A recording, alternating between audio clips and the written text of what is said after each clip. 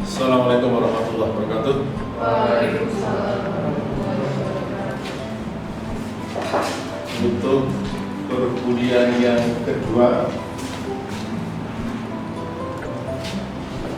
kita akan membahas mengenai prinsip-prinsip umum hukum jaminan. Pertama, kita awali dari pasal 1131 Kitab Undang-Undang Pidana.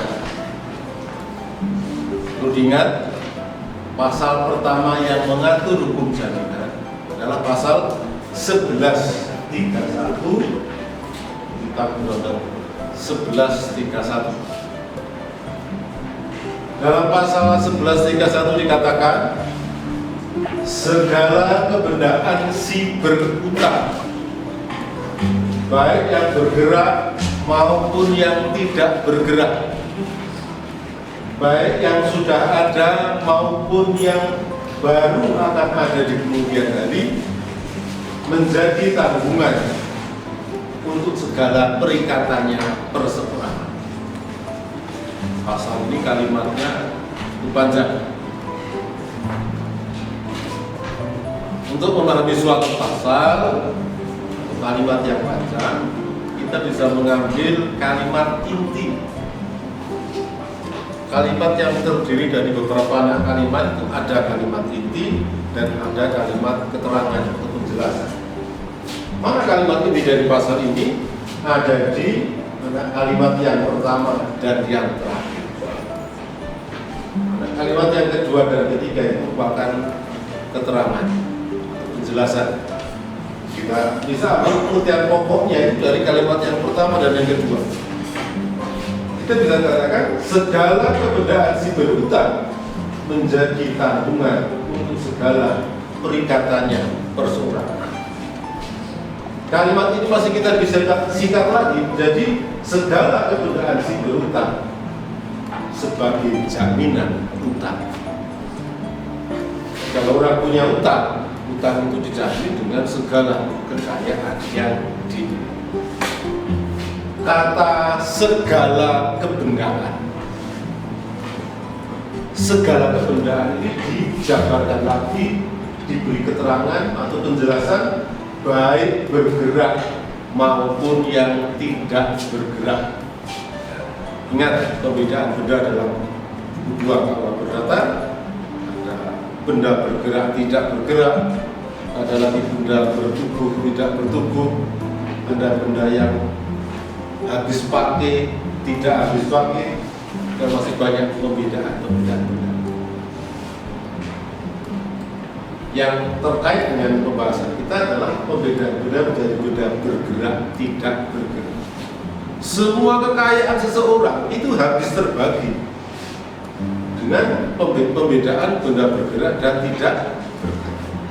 Oleh karena itu kata segala kebendaan si berhutang atau segala kebendaan itu baik bergerak maupun tidak bergerak, kita ganti dengan istilah seluruh kebendaan di.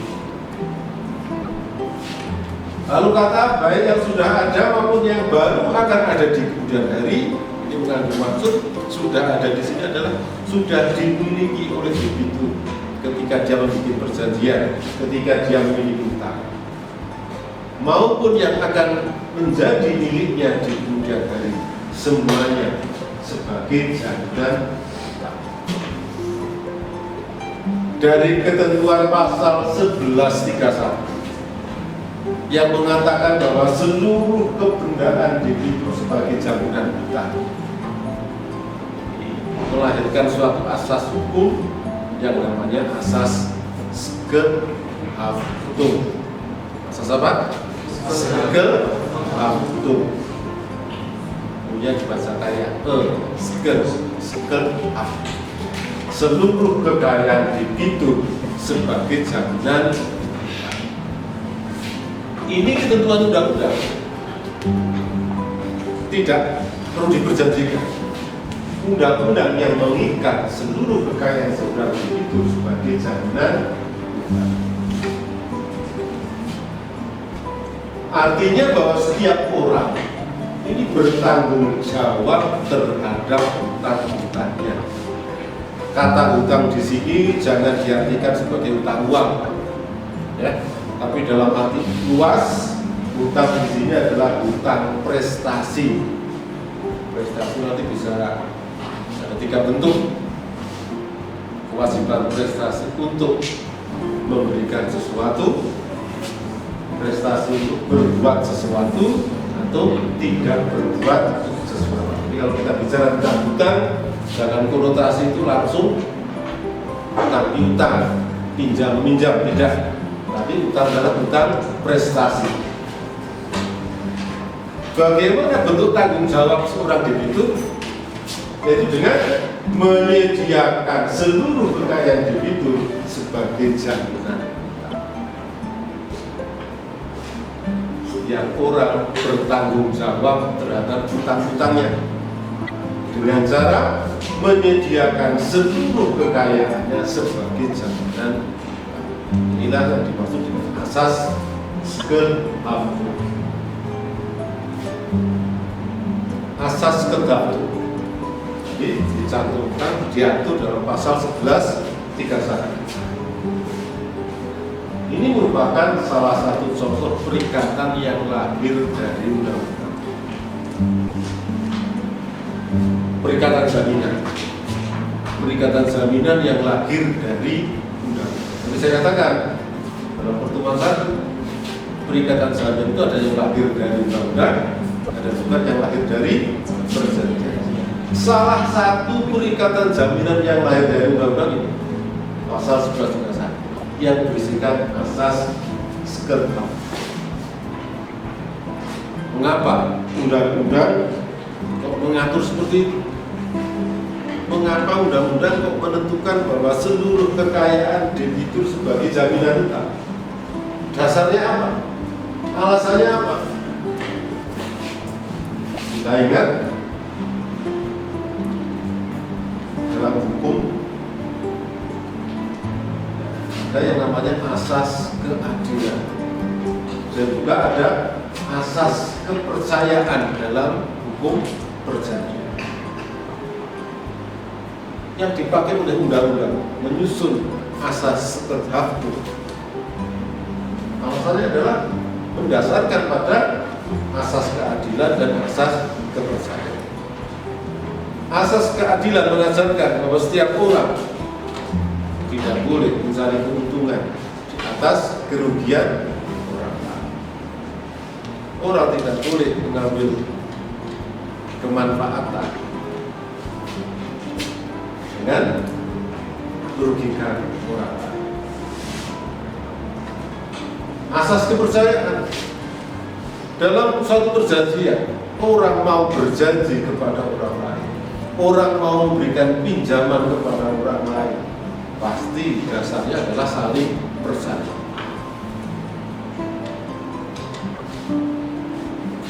Apa kepercayaan kreditur? Kreditur tentunya dasarnya percaya bahwa debitur mau dan mampu untuk berprestasi. Dan sudah lazim di masyarakat untuk perjanjian, misalkan perjanjian pinjam uang, perjanjian kredit. Ketika debitur mengajukan pinjaman, pasti yang dibicarakan adalah dia pasti mampu dan mau membayar. Dasar kepercayaan inilah yang dipegang oleh undang-undang. Setiap orang harus bertanggung jawab dengan apa yang dia lakukan. Setiap orang harus bertanggung jawab terhadap utang-utang yang dia buat.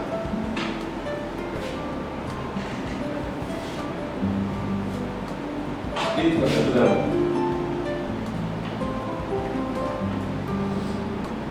lalu implementasinya apa?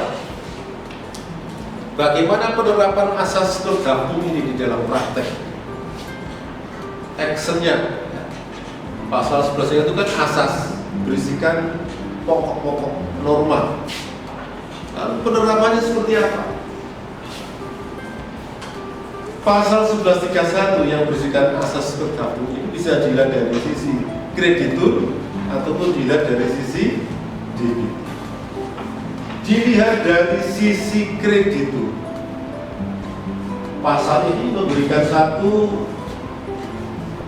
hak atau kewenangan kepada seorang kreditur. Yang pertama, bahwa seorang kreditur boleh mengambil pelunasan piutangnya dari setiap bagian dari harta kekayaan debitur. Pasal 1131 asas itu mengatakan seluruh kekayaan debitur sebagai jaminan utang. Maka kalau debitur berprestasi, kreditur bisa menuntut penyitaan seluruh kekayaan debitur. Tentunya dalam praktek ya tergantung besar kecilnya tagihan.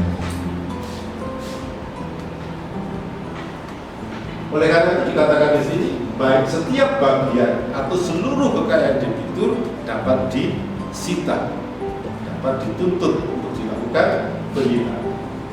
Setiap bagian ataupun secara keseluruhan kekayaan debitur dapat disita oleh kreditur. Tentunya melalui prosedur hukum yang berlaku.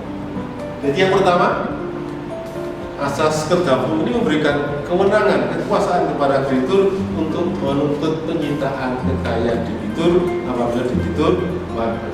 Yang kedua, setiap bagian dari kekayaan debitur dapat dijual guna pelunasan tagihan kreditur. Setelah dilakukan penyitaan, kemudian dilakukan penjualan. Itu bisa juga kita katakan eksekusi dan jaminan. Kata eksekusi bermakna adalah penjualan kekayaan. Jadi asas Kerdapur di satu sisi memberikan kewenangan kepada kreditur untuk menyita kekayaan debitur, dan yang kedua melakukan penjualan. Tapi penyitaannya tidak asal sita, penyitaannya juga pakai alat-alat kelengkapan negara, itu melalui bantuan juru sita. Penjualannya juga tidak asal jual, tapi harus melalui pelelangan, melalui bantuan takut. Yang ketiga, asas Kerdapur juga memberikan satu pembatasan tanggung jawab debitur. Tanggung jawab debitur hanya sebatas kekayaan yang dimiliki. Maka tagihan kreditur hanya dijamin dengan harta benda debitur, tidak meliputi atau tidak termasuk person debitur. Yang bisa dituntut hanya hartanya, tidak orangnya. Jadi ada aspek perdata itu yang bisa dituntut ya kekayaannya. Bagaimana kalau kekayaan nggak cukup? Utangnya 100 juta, kekayaannya yang dimiliki hanya 50 juta. Maka setelah 50 juta bisa terbayar, di atas sisanya pasal 1131 mengatakan jaminan itu meliputi kekayaan yang akan dimiliki di kemudian hari. Itu juga tetap jadi jaminan. Jadi caranya bagaimana? Tunggu waktu sampai debitur memiliki kekayaan lagi, nanti bisa diajukan penyitaan dan penjualan kekayaan debitur. Sekarang baru terbayar sebagian, tunggu waktu sampai debitur memiliki kekayaan dan bisa dituntut penyitaan dan penjualan. Ini implementasi asas Kerdapur dari sisi kredit. Pertanyaannya, kalau dari sisi debitur berarti apa? Kalau dari sisi kreditur punya hak menuntut penyitaan dan melakukan penjualan. Ini haknya kreditur. Hak itu selalu berhadapan dengan kewajiban. Hak kreditur pemegang penerima jaminan berhadapan dengan kewajiban debitur pemberi jaminan. Hak kreditur untuk menyita, maka kewajiban debitur apa? Hak kreditur untuk menuntut penyitaan, maka kewajiban debitur apa? Harusnya Karena dalam pasal 1131 asas haftu itu sudah disebutkan, seorang yang punya hutang, dia bertanggung jawab menyediakan seluruh kekayaannya sebagai jaminan. Maka kalau memang debitur sudah berada dalam keadaan berprestasi, kemudian kreditur menuntut penyitaan, kebalikan, kewajiban debitur mestinya tidak menghalang-halangi, tidak menghambat terjadinya proses penyitaan dan penjualan kekayaan debitur. Seharusnya kalau debitur yang baik, ketika memang sudah tidak bisa bayar, ya sudah menyerahkan kekayaannya. Ini kekayaan saya, silakan kita jual, kita bayar. Yang terjadi kan sebaliknya, utangnya sudah nggak bisa bayar, tapi kekayaannya tetap dikuasai sendiri, nggak boleh dijual. Ini yang aneh. Banyak kasus, contohnya di lembaga-lembaga pembiayaan konsumen, orang beli motor, beli mobil menggunakan lembaga pembiayaan konsumen. Di sana juga diperjanjikan jaminan. Apa jaminannya? Barang yang dibeli, motor atau mobil. Lembaga jaminannya apa? Fidusia. Ketika debitur konsumen tadi gagal bayar, kreditur lembaga pembiayaan berhak menyita dan menjual. Itu sudah aturan hukum. Berhak menyita dan yang terjadi apa? Akhirnya debitur juga tidak sadar, melakukan berbagai upaya supaya barangnya tidak disita dan tidak, kalau sudah terlanjur disita dan dijual, apa yang dilakukan? Melakukan gugatan ke pengadilan. Nah, ini contoh tindakan-tindakan yang tidak sesuai dengan, tidak menutup mata. Bisa jadi krediturnya juga melakukan perbuatan melawan hukum dalam proses penyitaan, dan tetapi yang paling banyak terjadi justru sebaliknya, debitur yang tidak mempunyai kesadaran akan kewajiban hukumnya sebagai seorang pembeli jaminan. Ini asas tetap. Bisa sudah saya berikan gambaran ya, apa yang muncul dari perikatan pokok dan apa yang muncul dari perikatan jaminan.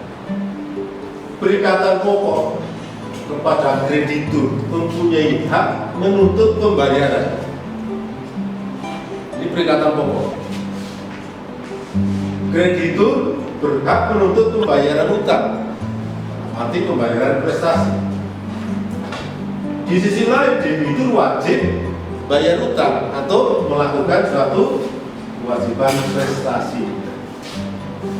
Debitur punya skill.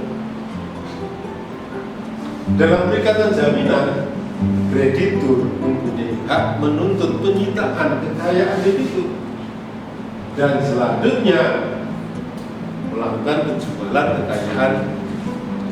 Apa kewajiban debitur? Harusnya menyediakan kekayaannya, tidak menghambat pelaksanaan penyitaan dan penjualan kekayaan debitur.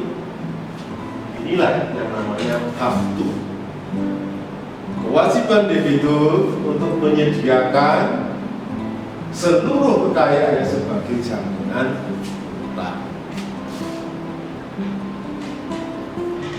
Nah, itu pasal 11 itu berisikan asas apa?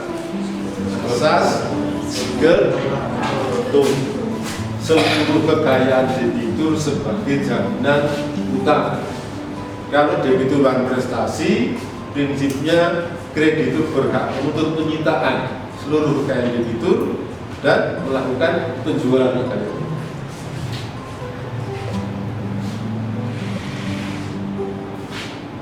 Walaupun prakteknya tidak berarti seluruhnya, yang real adalah sebatas sejumlah utangnya. Di pasal selanjutnya yaitu pasal 1132 Kitab Undang-Undang Hukum Perdata. Pasal ini agak panjang kalimatnya ya. Kebendaan tersebut menjadi jaminan bersama-sama bagi semua orang yang mengutangkan padanya. Pendapatan penjualan benda-benda itu dibagi menurut keseimbangan, yaitu menurut besar kecilnya piutang masing-masing. Kecuali apabila di antara para berpiutang itu ada alasan yang sah untuk didahulukan. Kalimat terakhir pasal 1132 kita abaikan dulu. Mulai dari kata kecuali ini kita abaikan dulu. Kita bicarakan prinsip yang awal dari pasal 1132. Di sana dikatakan kebendaan tersebut menjadi jaminan bersama-sama bagi semua orang yang mengutangkan. Kata kebendaan tersebut ini maksudnya adalah apa yang diatur dalam pasal 1131. Berarti mengatur tentang asas skedhaftu. Asas skedhaftu bahwa seluruh kekayaan debitur sebagai jaminan utang. Aturan hukum yang mengikat seluruh kekayaan debitur sebagai jaminan utang ini menjadi jaminan bersama-sama bagi para kreditur. Jaminan bersama-sama. Kata jaminan bersama-sama ini menunjukkan kalau terjadi ada seorang debitur mempunyai utang kepada lebih dari satu kreditur.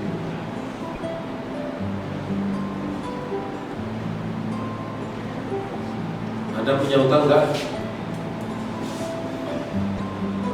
Anda punya utang enggak dalam hidup ini? Tidak. Tidak bagus.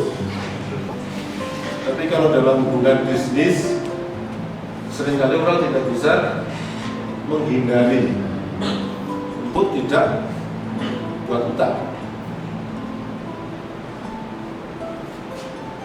Dalam hubungan bisnis skala besar, banyak memanfaatkan jasa-jasa perbankan, bank. Bisa jadi seorang debitur mempunyai utang lebih dari satu kreditur. Orang debitur mempunyai utang kepada kreditur A, kreditur B, kreditur C, kreditur D. Dikatakan di sini dalam pasal 1132. Kebendaan tersebut menjadi jaminan bersama-sama bagi semua orang yang mengutangkan padanya. Artinya jaminan bersama-sama bagi para kreditur. Karena jaminan bersama ini pertama artinya kreditur lebih dari satu. Yang kedua, kedudukan kreditur itu sama. Namanya juga bersama-sama. Berarti kedudukannya sama. Jadi kalau seorang debitur mempunyai utang kepada lebih dari satu kreditur, pada prinsipnya semua kreditur dijamin dengan jaminan yang sama. Semua kreditur tadi mempunyai hak yang sama. Wujud persamaan kedudukan kreditur adalah keseimbangan, yaitu menurut besar kecilnya tagihan pada kreditur. Kalau kekayaan debitur cukup untuk membayar utang kepada semua kreditur, tidak masalah. Siapa kreditur yang mau mengambil lunasan dulu? Yang jadi masalah, debitur punya utang kepada lebih dari satu kreditur, lalu debiturnya tidak bisa bayar, lalu kekayaan disita, kekayaan itu, hasil penjualan itu tidak cukup untuk membayari semua tagihan para kreditur. Bagaimana solusinya? Undang-undang mengatur pembagian kekayaan itu dilakukan menurut keseimbangan besar kecilnya tagihan para kreditur. Jadi dibagi, semuanya mendapatkan pembayaran, tetapi secara proporsional besar kecilnya tagihan para kreditur.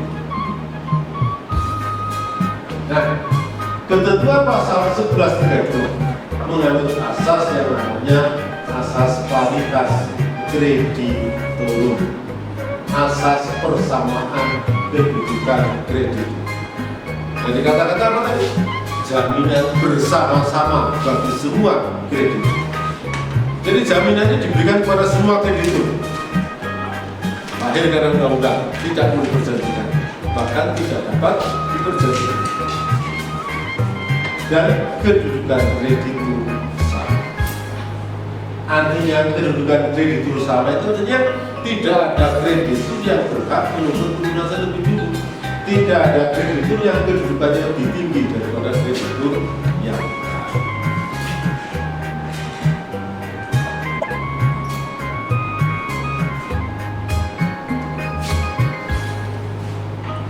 Maksud dari ketentuan pasal 11.32, kedudukan bersama-sama ini mempunyai arti penting bahwa usia tagihan lebih dulu, seorang kreditur tidak memberikan hak untuk mengambil pelunasan lebih dulu atas hasil eksekusi kekayaan diri. Hak untuk menuntut pelunasan itu hak untuk menuntut lebih dulu, tidak ditentukan oleh lahirnya usia tagihan ataupun oleh besar kecilnya nilai tagihan. Contoh tadi ya, debitur punya utang kepada 4 orang kreditur. Misalkan debitur utang kepada A dibuat bulan Januari tahun 2017, utang lagi pada B dibuat Januari 2018, utang lagi pada C bulan Januari 2019, lalu utang lagi pada D juga dibuat bulan Januari 2020. Jadi dia sudah punya perhitungan kalau utang itu setiap awal tahun, tiap bulan Januari utang tapi nggak pernah dibayar.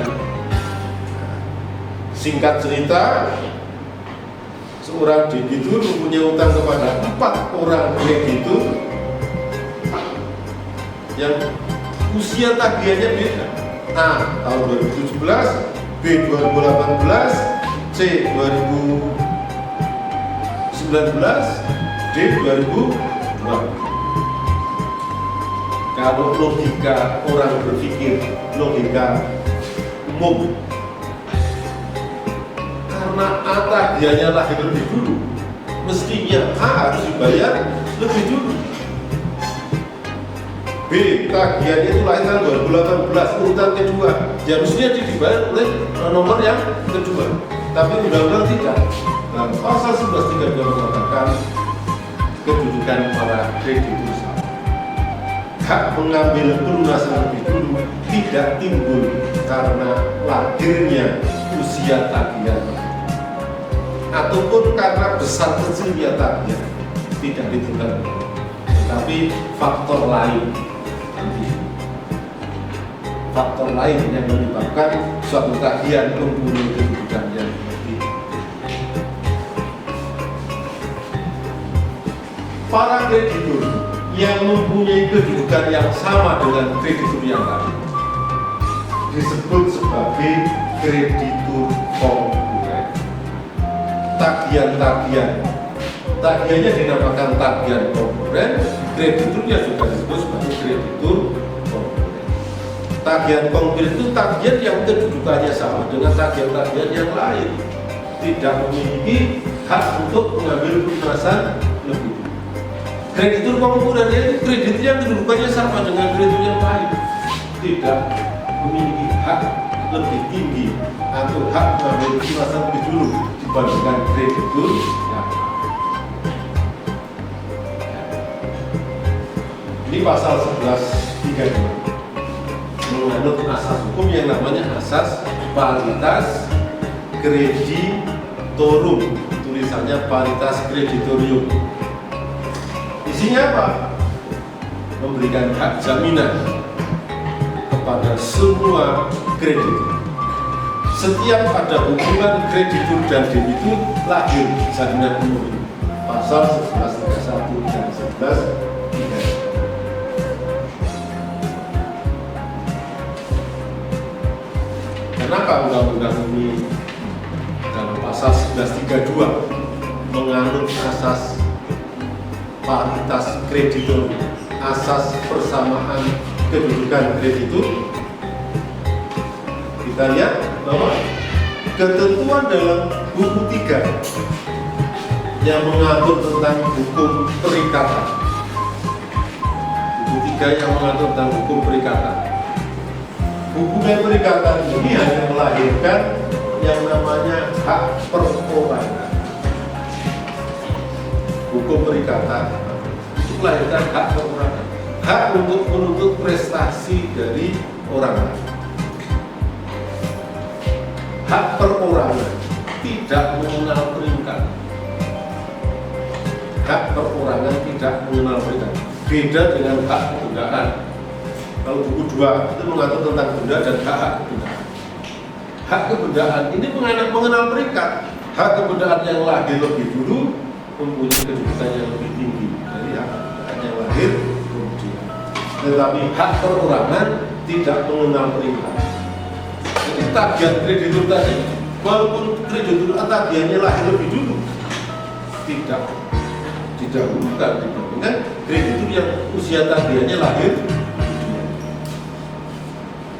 Ini salah satu perbedaan antara hak perorangan dan hak kebendaan. Hak perorangan tidak mengenal peringkat, hak kebendaan mengenal peringkat. Nah, ini rumusnya ini. Bagaimana melakukan pembayaran kepada kreditur ketika hasil penjualan kekayaan debitur tidak cukup untuk membayari tagihannya kepada semua kreditur? Kita bisa membuat rumus, kita pinjam bahasa matematika, kita pakai rumusnya bisa X per Y kali Z. X per Y kali Z. X itu adalah tagihan, Y adalah jumlah tagihan, Z itu kekayaan hasil eksekusi kekayaan. Berapa yang kita bayar kepada kreditur A? Jumlah besarnya tagihan A dibagi seluruh total tagihan dikalikan kekayaan hasil eksekusi kekayaan. Itulah cara melakukan pembayaran kepada para kreditur. Sampai di sini kuliah kita yang kedua. Terima kasih. Assalamualaikum warahmatullahi wabarakatuh.